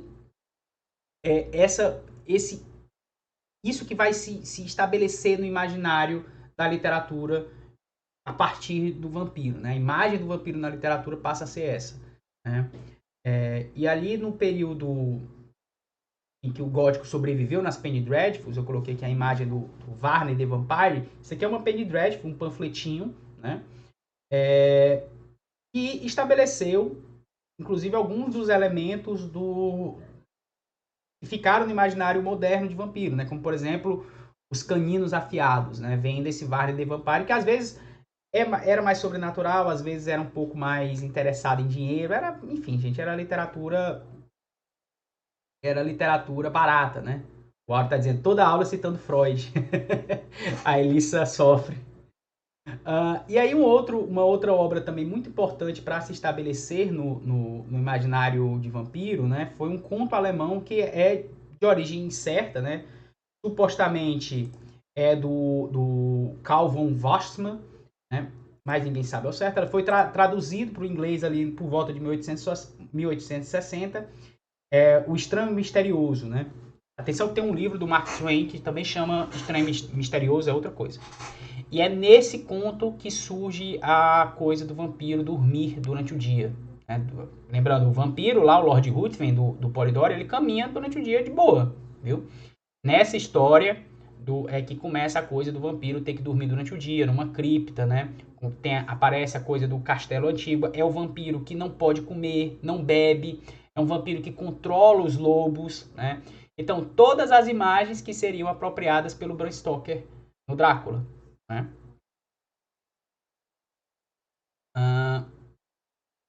E aqui vamos tratar de uma história também muito influente, quase que foi publicada ali bem pertinho algumas décadas antes do Drácula, né? É o Carmilla, que começa a tratar o vampirismo como essa pulsão sexual, né? Se antes o vampiro ele tinha a coisa de ser sedutor, agora a gente vê o vampirismo como uma pulsão. O vampiro nessa tradição gótica, gente, vai se concentrar nesse jogo, muitas vezes, entre mitologia e modernidade, tá? Entre horror místico e horror racional. Então, por exemplo, no caso da Carmilla, do Le Fanu, né, que foi publicado numa revista, The Dark Blue, entre 71 e 72, inclusive isso aqui é uma ilustração de uma das publicações, a gente tem uma vampira que é muito mais sobrenatural, assim, né? Então, sai um pouco das histórias que eram mais racionais, você entra numa história sobrenatural, inclusive foge do gótico de vizinhança, vai localizar a história lá no Império Austro-Húngaro, né? Na Estíria, numa tradição mais gótica raiz, né? E aí ela é a primeira vampira, né? Apesar de já aparecer outras histórias que tratavam de vampiras, como por exemplo não, é posterior, desculpa, estou confundida, porque tem uma história da Mary Braddon, que é o Good Lady Ducane, e tem uma vampira, mas é posterior, já é da década de 1890. Confundi. Realmente Carmilla é o primeiro romance, primeira história, na verdade, com uma vampira feminina, né, uma vampira mulher. E aí é aquela atmosfera gótica bem clássica, assim, tem castelo, tem ruína, tem capela, tem túmulo, né, como eu falei, se passa lá na Estíria, né, no Império Austro-Húngaro, na época, hoje na Áustria, e no centro da história tá a Carmilla, que é uma moça muito bonita, que um dia chega num castelo de uma família aristocrática lá da Estíria, e, curiosamente, ela é idêntica a uma figura que aparece em sonhos da filha lá da família, a Laura, né? E aí fica encantada pela Carmilla e fica muito próxima dessa personagem, né? E, óbvio, começam a acontecer mortes nas proximidades, né? E rumores começam a rolar. E aí a Laura começa a sonhar com um gato preto toda noite, né? Que morde ela inclusive no seio, né? E ela vai ficando doente, vai se enfraquecendo. E aí, numa noite, ela sonha, inclusive, com a Carmilla toda ensanguentada aos pés da cama, né? E o pai da Laura resolve partir com ela para uma aldeia. Não há nenhuma desconfiança a respeito da Carmilla até então, né? E lá é que eles descobrem que a Carmilla, na verdade, se chama Condessa Mircalla. Eu adoro esse nome, o nome real dela, Mircalla. Que é um anagramazinho, né? Que é uma vampira que já vem aterrorizando a região há muito tempo. E aí um caçador de vampiros encontra o túmulo escondido da Carmilla, né? E aí eles destroem o corpo da Carmilla ali, seguindo as tradições folclóricas, que é decapitação e estaca no peito. Tá? Então, as imagens sexuais dessa história, elas iniciam o tropo da vampira sáfica, né? Opa, quem quer falar? Não? Tá, desculpa, gente. Pensei que alguém ia falar alguma coisa. Então, onde é que eu tava? Bom, então é o tropo da vampira sáfica, né? E essa visão de uma sexualidade feminina que é muito mais fluida, né? Que se encarna na Carmila ali, que tá ligada, inclusive é meio felina, né? Meio sensual, assim, nesse sentido de ser lânguida, né? É uma é ameaçadora, né? Uma sexualidade acima de tudo ameaçadora, né? Que não é dominante como é a sexualidade masculina quando é representada na literatura, mas ela vai se vai avançando pelos cantos, né? Então ela surge nessa história como uma representação de desejos não naturais, né? E ela sinaliza, inclusive isso está muito óbvio porque as vítimas dela são mulheres na história, né? E o Le Fanu destaca inclusive os efeitos sedutores que a Carmila tem. E aí a Carmila, gente, ela é inspirada numa personagem real, né? Que é a Elizabeth Bathory. E é a minha chance de mostrar esse livro lindo aqui, que a Gabi me deu de presente. É um livro da Alejandra Pizarnik, escritora argentina. É um livro de ensaios e tal, ilustrado, a coisa mais linda desse livro. E que que apresenta a história da Elizabeth Bathory, que era conhecida também como a Condessa de Sangue, ou a Condessa Sangrenta, que se banhava no sangue de virgens, né, para ficar viva pela eternidade, né? E é considerada a maior serial killer da história, inclusive, né? Eu tenho certas dúvidas se isso não foi só uma grande tramóia ali para tirar o poder dela, né? Mas enfim, ela é daquela região justamente ali do Império Austro-Húngaro ali do século XVI, né? Então a Carmila é claramente inspirada nela. Quem também se inspirou numa figura real, como a gente sabe, foi o Bram Stoker, né? E se inspirou no Vlad III para escrever o Drácula, né? Originalmente, a história do Bram Stoker, o Bram Stoker queria já escrever uma história de vampiros, né? Ele já tinha estudado bastante a respeito e tal. Queria fazer bem um vampiro byronesco, né? Bem na linha do vampiro byronesco. E o personagem se chamar Conde Vampir. E seria ele em si uma cópia, praticamente ipsis literis, do Lord Ruthven, lá do Vampiro do Polidori, né? O título do livro originalmente seria The Dead Undead, né? Ou seja, o morto não morto, né? Mas aí, no meio do caminho, o Stoker conheceu a história do Vlad III e tinha esse apelido maravilhoso de Tepes, né? Empalador, né? O Vlad ele era príncipe lá da Valáquia, que hoje é a Romênia, lá no século XV também, e tinha esse costume, né, legal de depois das batalhas deixar campos ali de inimigos empalados. Isso não era tão incomum não, né?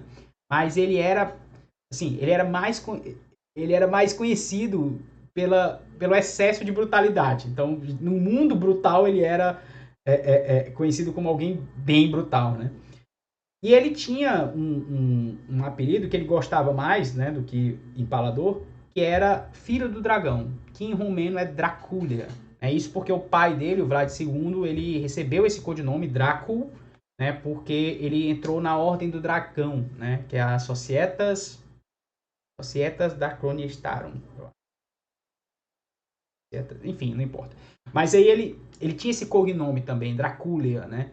E aí é desse nome, né? Que a partir dessa Ordem do Dragão lá, que era do Sacro Império, do Sacro Império Germânico e tal, e vem o nome da obra do Bram Stoker, tá, gente? E aqui acabei não esquecendo de colocar a legenda, né?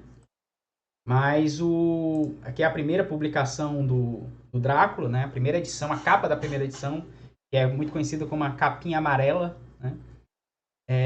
E aí a gente tem a figura do estrangeiro voltando, a figura do outro voltando forte, né? Para a literatura gótica, influenciado, como eu falei, pelos crimes do Jack o Estripador, na literatura, no jornal da época, né? Muito se falava que o Jack certamente era um cigano, né? Usando novamente essa palavra, hoje em dia não se usa mais, mas era o que se usava na época, e não era alguém de Londres, né? Não era alguém residente, ou se fosse, era alguém degenerado, né? Alguém das classes mais baixas, né? E, como a gente sabe, os crimes do Jack Stripador nunca foram solucionados, né? E também muito relacionado com crimes contra crianças, né? E aí voltando àquela coisa do The Maiden Tribute, fez muito sucesso, causou muito impacto, e de fato o Drácula está recheado de ataques contra crianças, né? Tem uma cena ainda quando o Jonathan Hawker... Outra coisa, gente, também não precisa dar o resumo do Drácula, não, né? Imagino que todo mundo conheça a história do Jonathan, que vai lá para o castelo do Drácula, lá no leste europeu, representando ele é um advogado, ele vai representar o cliente dele, o chefe dele, numa negociação sobre uns terrenos que o Drácula está comprando em Londres, porque o Drácula quer se mudar para Londres. Ele acaba preso pelo Drácula lá no castelo, ocasionalmente consegue fugir, escapa vai bater na Alemanha, né? Onde a noiva dele, a Mina, vai lá cuidar dele. No meio tempo, o Drácula chega em Londres e começa a tocar o terror, né? E aí aparece o Van Helsing, né? Tem um outro médico lá que... John Silver, eu acho. Que também é muito importante na história. Mas enfim, daí se vocês quiserem, inclusive, tem um filme maravilhoso, né, do Drácula, que é o Drácula de Bram Stoker, que é dirigido pelo Francis Ford Coppola. Eu acho aquele filme lindo em todos os sentidos. Mas o livro é muito bom, então indico também a leitura. E aí a gente tem essa relação do gótico também, né, do gótico tradicional com o gótico de vizinhança, né? Um livro que começa com uma estrutura de gótico tradicional, né? A história se passa lá longe, se passa num castelo antigo, a história se passa num ambiente apartado do ambiente da civilização, né? Porém, em determinado momento, esse perigo de fora, ele chega, né? Então, essa ameaça representada pelo Conde Drácula, né, pelo monstro, né, essa ameaça da monstruosidade, ela vem para Londres, né? Ela chega na vizinhança. Então, ele é interessante porque é um romance que representa essas duas tradições, né? E o Drácula como o fruto das Gothic Invasions, que a gente tanto tem falado, né? Essa paranoia britânica, né? Então é um elemento de fora, um elemento do estrangeiro que está sob domínio do Império Britânico. Lembrando, o Império Britânico dominava praticamente o mundo inteiro naquela época e que vem ameaçar Londres, né? Ele vem é como se ele viesse destruir a civilização. Em vários momentos, o Drácula ele comenta que ele é encantado pela civilização britânica.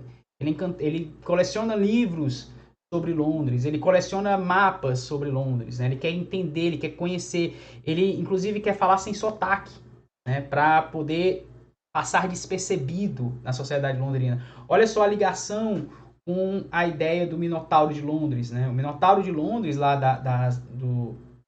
dos artigos do The Maiden Tribute, era alguém que não era visto, né? Ele existia, mas não era visto. Ele ele era o pária que se fingia de cidadão, né? E é legal porque um outro romance que eu comentei lá na outra aula, que fez muito sucesso no mesmo ano de publicação do Drácula, que inclusive fez mais sucesso que o Drácula na época, e que hoje é meio esquecido, o The Beetle, né? O Besouro, do Richard Marsh, ele tem uma coisa muito parecida também, só que relacionando com a egiptomania. É uma história em que um espírito antigo do Egito, ele chega em Londres, né, para matar, para se vingar de um parlamentar londrino, e ele hipnotiza as pessoas, ele seduz as pessoas para as pessoas fazerem isso por ele, né?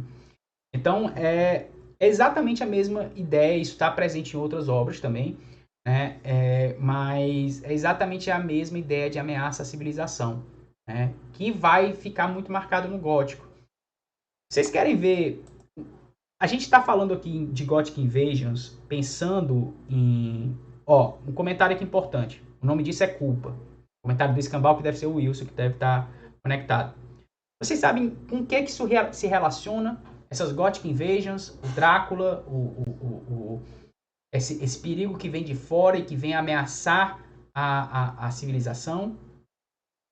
Alguém tem alguma ideia de alguma coisa relativamente contemporânea ou que pelo menos fez muito sucesso? Poltergeist. Os livros do Stephen King, a maldição que é você ter você construir uma casa em cima de um cemitério indígena. É a mesma ideia, gente. É a mesma ideia. É a vingança sobrenatural do colonizado. Certo? Então, no gótico estadunidense do século XX, isso que... Lembrando, os Estados Unidos é um país imperialista. Né? Os Estados Unidos é um herdeiro direto do Império Britânico. Né? Lá nos Estados Unidos, na tradição gótica do século XX nos Estados Unidos, vai se manifestar de outras formas, né? Mas é sempre algo que rompe a tranquilidade e a civilização, no caso, representada ali naquelas obras, por exemplo, do Stephen King, né? Pelo subúrbio, né? Então, quantos filmes de terror a gente não assistiu que se passa numa unidade familiar no subúrbio, né? Então, aliás, isso também é importante, vai ser uma característica importante do século do gótico do século XX, trazer o horror para dentro da unidade familiar, né? Então, é uma outra forma de manifestação, uma forma mais... me lembra aquela ideologia de direita, né? Sim, exato, Nina. Exatamente. A mesma origem colonial, né? A mesma origem colonial. Então, essas manifestações... Gente, é importante dizer aqui, fazer um parênteses, né? Porque a gente fica falando essas coisas, parece que, sei lá, os escritores de horror, eles são uns colonialistas do caralho. Na verdade, são medos sociais, né? São medos sociais. Então, era um império que tinha esse medo, é um império muito poderoso. A maioria, Áureo, a maioria, mas nem todos. Nem todo autor de horror. Mas a questão é que era uma sociedade muito poderosa, a sociedade britânica, que vivenciava esse medo, essa paranoia, né, de uma derrocada, né? Até porque, vamos lembrar, né, os estudos de Roma, né, os estudos do Império Britânico, eles tiveram muita força na Inglaterra do século XVIII, lá com a obra do Edward Gibbon, Ascensão e Declínio do Império Romano. Enfim, mas que meio que os historiadores, os sociólogos britânicos costumavam se perguntar quando seria o declínio do grande Império Britânico. Né? Então, essas ameaças, elas vinham por conta desse medo, né? Como se em algum momento o Império Britânico fosse se acabar e esse momento que ele fosse se acabar fosse a partir de uma ameaça sobrenatural que vinha romper com a civilização. Né? Então, é a mesma coisa se a gente pensar num contexto de sociedade estadunidense, né? Uma sociedade que está ali Estados Unidos na década de 80, Estados Unidos na década de 70, para além do medo dos soviéticos, construídos como o outro, né? Tinha esse medo do próprio passado colonial estadunidense, né? Que viria a assombrar, que viria a destruir a unidade familiar, que era o grande elemento civilizacional dos Estados Unidos, né? Mas, enfim, eu estou pulando um pouquinho, isso aí a gente vai tratar quando a gente for tratar de gótico estadunidense. E aí uma questão importante dentro do Drácula, até para fazer um comparativo aqui com o Carmilla e também com o Frankenstein, de certa forma, que é como Drácula aborda a questão de gênero, né? A sexualidade no Drácula, ela é toda sob uma perspectiva masculina, né, de sedução e dominação, né? E todas as mulheres que aparecem na história, elas são usadas como moeda de troca. Elas são dominadas, né? Elas são controladas, elas são ferramentas, né? Às vezes, inclusive, como coloquei aqui, elas são usadas para afirmação de identidades masculinas, né? A cena em que a Lucy, os momentos em que a Lucy, por exemplo, precisa de transfusão de sangue, pelo amor de Deus, todo mundo se oferecendo para doar sangue para querer ser herói, sabe? Então, é uma questão muito complicada dentro do Drácula e, infelizmente, foi um dos aspectos que passou, assim, né? Que, como o Drácula se tornou esse fenômeno e tal, essa interpretação das personagens femininas dentro de histórias de vampiro, né, como ferramentas, né, usando a sexualidade para atrair para o vampiro-chefe, que é um homem, né, ela meio que se manteve. A Luísa está dizendo, elas não têm nenhuma agência. Não, absolutamente nenhuma agência, né? Elas são manipuladas, né, ao longo da história. Então isso aí só vai ser desconstruído muito tempo depois mesmo. Pois é, Áureo. E é importante a gente destacar isso porque vai ser de fato um tema que mais lá na frente, quando a gente estiver falando de narrativas mais contemporâneas, né, vai começar a ser questionado. E aqui, né, o sobrenatural em Drácula. A gente tem falado muito, principalmente quando a gente tem falado do século XIX, sobre racionalismo, sobre ciência, né, sobre tecnicismo, sobre tecnologia.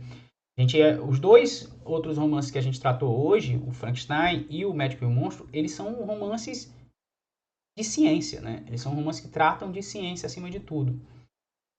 Mas o Drácula, ele tem uma questão que é a ciência dá a volta. A racionalidade, ela precisa ceder ao misticismo, né? E isso se destaca, inclusive, na figura do Van Helsing, né? O Van Helsing, no livro, ele é apresentado como um pesquisador, como um estudioso, né? Um amigo lá do médico, o médico que dirige lá o manicômio, inclusive era apaixonado pela Lucy, né? O Van Helsing, ele é apresentado como um cientista, originalmente, né? Como um estudioso, mas ele é justamente quem apresenta na história, começa a apresentar na história os indícios de que se trata de uma questão sobrenatural ali. Ele faz, quando a Lucy está ainda, né, porque a Lucy já foi mordida e está naquele processo de transformação muito lento e tal, doente, pálida, né? E aí ele faz lá uma guirlanda de flores de alho para ela. Ele vai fazendo essas coisas que não tem nada de científico, né? E ele precisa explicar que, de fato, é uma coisa sobrenatural, né? Então, é como se é como se a racionalidade dentro do Drácula, ela tombasse para o sobrenatural, né? E essa é a grande herança, esse é o grande legado do Drácula pro horror, assim, é o horror sobrenatural se impondo, né? Mais uma vez, as narrativas do período, as que mais se destacavam, elas tinham esse caráter mais de ir para um lado científico, né? Um lado que tinha muito a ver com a literatura policial do período. Vamos lembrar do Sherlock Holmes, né? Sherlock Holmes sempre era ciência, né? Então, ele, no caso do Drácula, é o contrário, né? No caso do Drácula, o sobrenatural ele se impõe frente à racionalidade. E isso, até pelo sucesso, pelo impacto cultural, né? Esse é o principal legado, né? Como se reconhecesse que dentro do horror a ciência, a racionalidade, ela tem um limite, ela não pode explicar tudo. Chega um ponto em que você está diante do inexplicável, né? Do incognoscível. E, claro, também tem uma crítica à burguesia dentro do Drácula, que eu acho muito importante a gente sempre destacar. Isso tem muito a ver não só com a grande inspiração no vampiro, lembrando que o vampiro ele é uma crítica à aristocracia, no caso ao Lord Byron. No caso do Drácula, ele tem a crítica óbvia à aristocracia, porque afinal de contas é um conde, mas ele localiza ali nessa coisa do burguês que quer se destacar dentro de uma nova sociedade, né? Então, inclusive, tem muita gente que diz que o Bram Stoker escreveu o Drácula inspirado no chefe dele na época, que era um dono de teatro, muito importante, que por sinal não gostou do Drácula. Bom, finalizando, né, aqui, o que é que fica dessas três histórias que a gente analisou hoje, esses três clássicos, né? Aliás, inclusive, comentar que esses três clássicos são lembrados também pelo Stephen King, né? Tem uma entrevista do Stephen King que ele cita Frankenstein, O Médico e o Monstro e o Drácula como os romances mais importantes para a construção do que a gente entende hoje por horror, né? É curioso porque eu preparei a ementa antes de ver essa entrevista. Poxa, é mesmo. Então, e por que eles são, né? Por que são os 3 romances, enquanto você tem o Frankenstein que já inaugura, inclusive, a ficção científica, né? Por que eles se destacam tanto, gente? Porque eles contestam a racionalidade, né, do romantismo.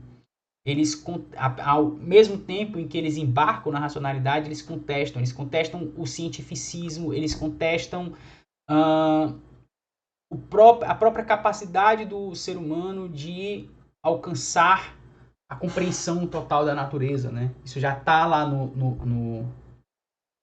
Frankenstein, é destacado no Médico e o Monstro, né? Surge novamente no Drácula, na figura do Van Helsing, né? E também ele discute esse limite entre o que é humano e o que é monstruoso, né? O que é a corrupção, né? De onde vem essa corrupção? A corrupção ela está na gente, ou a corrupção ela pode ser passada como uma doença contagiosa, como no caso do vampirismo, né? Então, essas são é aqui que a gente vê que o horror, ele, de fato, entra no mundo contemporâneo, né? Entra nas nossas discussões de individualidade, entra nas nossas discussões de identidade, né? Mais uma vez, a gente lá no Castelo de Otranto, lá nos Mistérios de Udolfo, né? Lá no Monge, a gente estava tratando de tentação demoníaca, a gente estava tratando de uma guerra entre virtudes, entre pessoas que nascem honradas, né? E personagens vilanescas, né? Aqui não, né? O vilanesco, o monstruoso, ele pode estar dentro de cada um, né? Ele pode se manifestar em cada um, né? Ou ele pode se manifestar através de uma busca insana pelo poder e pelo conhecimento, né? Ele pode se manifestar na sua própria criatura, em algo que você cria, né? Ele pode ser fruto de uma corrupção externa, né? De uma influência, de uma sedução, né? Então, quando a Lucy ela é mordida, quando a Lucy ela vira vampira, essa é uma representação também simbólica de você sucumbir ao desejo também. E claro, aqui a gente é óbvio, tem uma questão moralizante em relação a desejo sexual, mas isso vai passar para a tradição do gótico como a eterna tentação do vício e da transgressão, né? A transgressão em suas mais variadas formas, né? A eterna tentação da violência, né? Então, esses são temas que vão ser bastante explorados e também, lá quando a gente for falar de gótico estadunidense, especialmente de Edgar Allan Poe, é a cara do Edgar Allan Poe tratar disso, né? Vocês vão ver como o Edgar Allan Poe estava lá na frente em relação a muita coisa, mas, de fato, essas três histórias, elas passam para o imaginário popular, especialmente também, muito graças a, claro, fizeram um grande sucesso de público, grande sucesso de crítica na época, mais ou menos sucesso de crítica, mas também foram muito adaptadas, né? Foram adaptadas pelo cinema, todas três, especialmente o Drácula, né? O Drácula foi até adaptado tarde, assim. A gente pensar que, por exemplo, o Nosferatu, que não é nem o Drácula oficial, ele é só da década de 20, né, por exemplo. Para o sucesso que ele fez, ele demorou para ser adaptado. Então, são obras que meio que cristalizaram essas questões como questões do horror gótico, né? Como a gente vai falar aqui na próxima aula, a gente for falar de poética gótica, finalmente, a gente vai tratar do gótico como uma poética negativa, né? O gótico, ele não... Veja, lá no começo, ele tinha coisa de terminar com uma moral, ele tinha coisa de terminar com a vitória da virtude. O gótico, ele passa, depois dessas transformações do século XIX, a ser uma poética que fala do mal, a ser uma poética que fala do vício, a ser uma poética que fala da transgressão, né? Então, esse é o grande legado dessas obras e é por isso que elas são esses clássicos, né? Dentro da tradição gótica, né?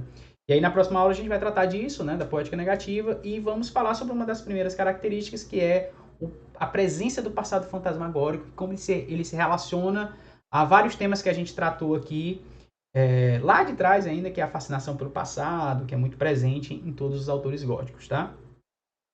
O Áureo está dizendo aqui, a ideia era que a razão ia acabar com o fantasioso, mas essas 3 obras mostram que não. No Frankenstein e no Médico e o Monstro, é a ciência que traz o horror. Exatamente, Áureo. E no Drácula, o hospital psiquiátrico não barra o familiar, o advogado não barra a vinda do vampiro. Exato. No Drácula, o racional cede, o racional se ajoelha, a ciência se ajoelha diante do sobrenatural. E aí a ciência precisa recorrer também ao sobrenatural, recorrer ao mito para combater essa ameaça, né? Então é o fantasia, exatamente, é o fantasioso se adaptando ao moderno, né? É o fantasioso resistindo ao moderno, né? Uma resistência dentro do gótico que é muito diferente da resistência e das mudanças dentro do fantástico, né? Mas aí a gente já falou rapidamente sobre o fantástico, talvez a gente volte a falar, da gente falar de gótico no século XX. Gente, é isso. Alguém tem alguma consideração? Alguém quer falar alguma coisa? Além de falar só no chat, se quiser falar em áudio aí, é agora. Estou muito feliz porque eu consegui encaixar essas três obras aí em 2 horas. E aí leiam, porque, gente, são... O Médico e o Monstro é uma história, inclusive, bem curtinha, tá? 90 páginas. Dá pra ler rapidinho. O Drácula também não é grande, o Frankenstein também não é grande. Então são histórias que valem muito a pena serem lidas, tá? A Nina disse que já leu as 3 porque era fã de Gótica e não sabia. Era Gótica enrustida, né, Nina? Sei como é. Gótica suave. Então, gente, já que ninguém tem mais nada a falar, vamos nessa, né? Até a próxima aula. Boa noite. Agradecer demais a presença de todas e todos. E até a próxima quinta-feira.